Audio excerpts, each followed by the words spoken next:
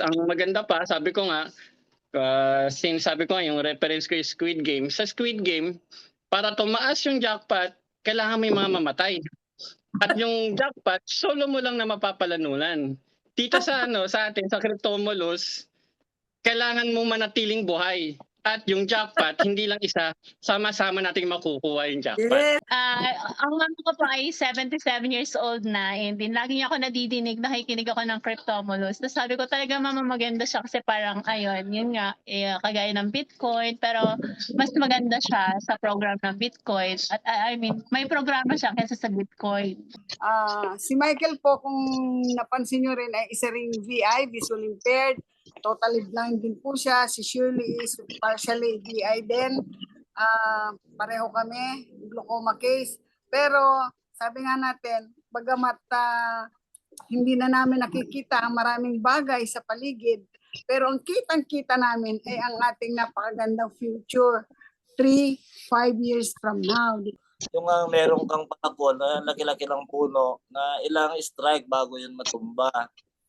Bago mo pero huwag kang susuko. Huwag mong susukuan na hindi matutumba yung puno na yun. Ngayon, halimbawa ko nga sa aking mga mahal sa buhay, kung hindi pa nila ako pinapansin, time will come, sabi ko nga, dahan-dahan, kayo nang kakalabit sa akin.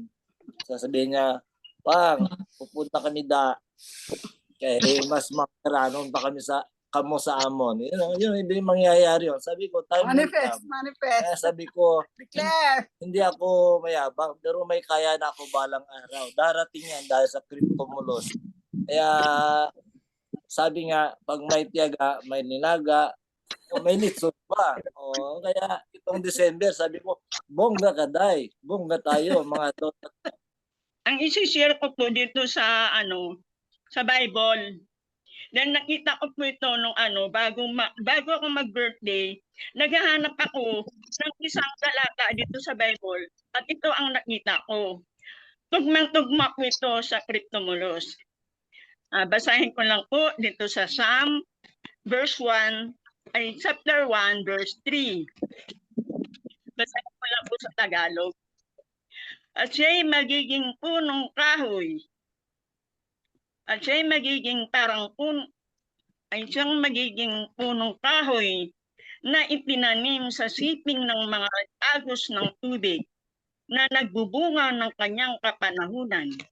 Ang kanyang dahon na may hindi malalanta, anuman ang kanyang gawin ay giginhawa.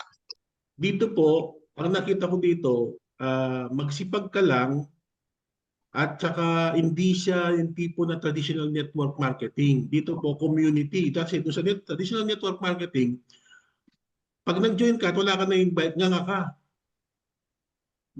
Ibig sabihin, wala kang kikitain, iniwan na ka ng apply mo. Yun po yung kagandahan ng Cryptomolus. Ang dami po dyan talaga na peke or scam. Dito po kasi, ang nakita ko rin isa, legitimacy, kumbaga legit talaga siya. Hindi na ako napapakali kasi talagang pinag-aralan ko siya mabuti. Tapos sige, sabi ko, sige, ito na yun, mag-join na ako. So napakasarap po nang may ine-expect na time will come, financially stable ka na. At pwede pang ipamana sa mga anak mo, apo mo, magulang mo, o sino pa, di ba?